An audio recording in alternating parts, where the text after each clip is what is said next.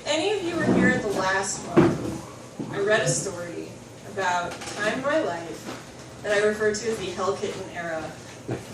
Because I was part of a girl gang called the Hell Kittens from the age of like 11 to 14.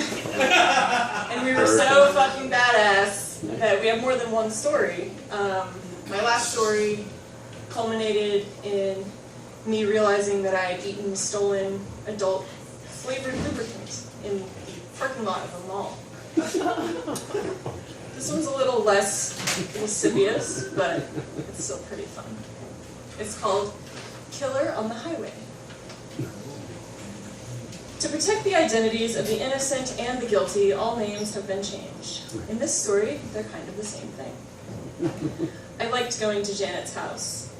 Her mom smoked like a chimney in front of the television, and she never noticed when Pax went missing, which was pretty much any time the Hell Kittens came over for a weekend.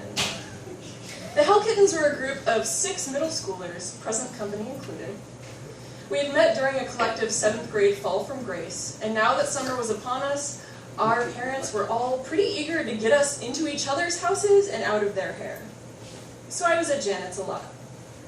Her house was big and suburban and had a basement and a yard and enough little parks and alleyways and nearby things that we could choke on cigarettes and set small things on fire and drink over-caffeinated beverages and make lewd jokes we only half understood in peace.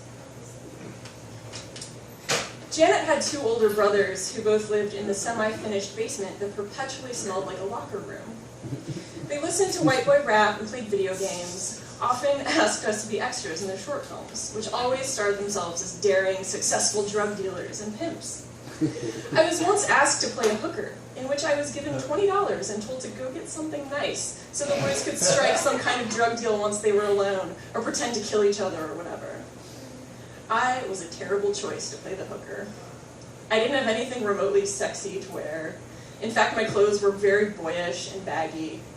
My expression during the filming betrayed my excitement to sit on Janet's brother's lap, a wiry boy with wild dark hair with my arm awkwardly draped across his shoulder.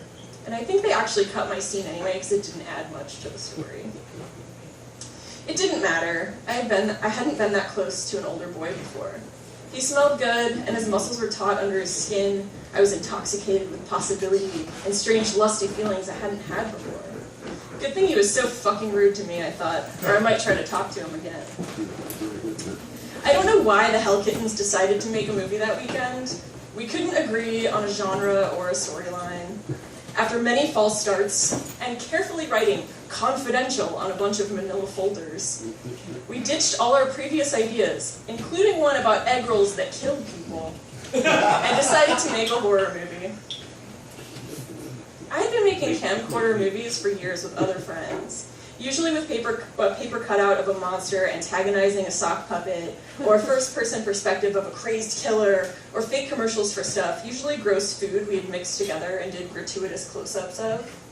We didn't have the equipment to edit, so if a take didn't go well, we would have to rewind the tape and try to determine, in the small, inexplicably crisp black and white viewfinder, where we should pause the tape and do it over. The do-overs would announce themselves with a wiggle that ran through the picture as if it was being passed under old glass, chased by a faint prismatic stripe. I didn't know there was such a thing as editing after you filmed. We couldn't film this in the daytime, so we got to planning, which mostly involved walking around the neighborhood scanning for unattended trampolines and unlocked doors, kicking rocks and wasting time until sundown. We coughed and passed pilfered Marlboros, and discussed our roles in our upcoming film, which was sure to rival the boys' latest drug lord saga. When the sun went down, we asked one of the boys for help, and somehow acquired the keys to Janet's mom's car after she was asleep. We snuck outside with a flashlight and a camcorder, taking care not to let anything slam. Janet and Lorna sat in the back of the parked car, buckled in, doors delicately closed, and we discussed who would do what. Iris was in the seat across from me. I somehow ended up in the front passenger seat. I don't know if her legs would have reached the pedals. Good thing we weren't actually driving. The car was parked in the driveway nestled between Janet's house and the neighbor's house, so we had to keep quiet.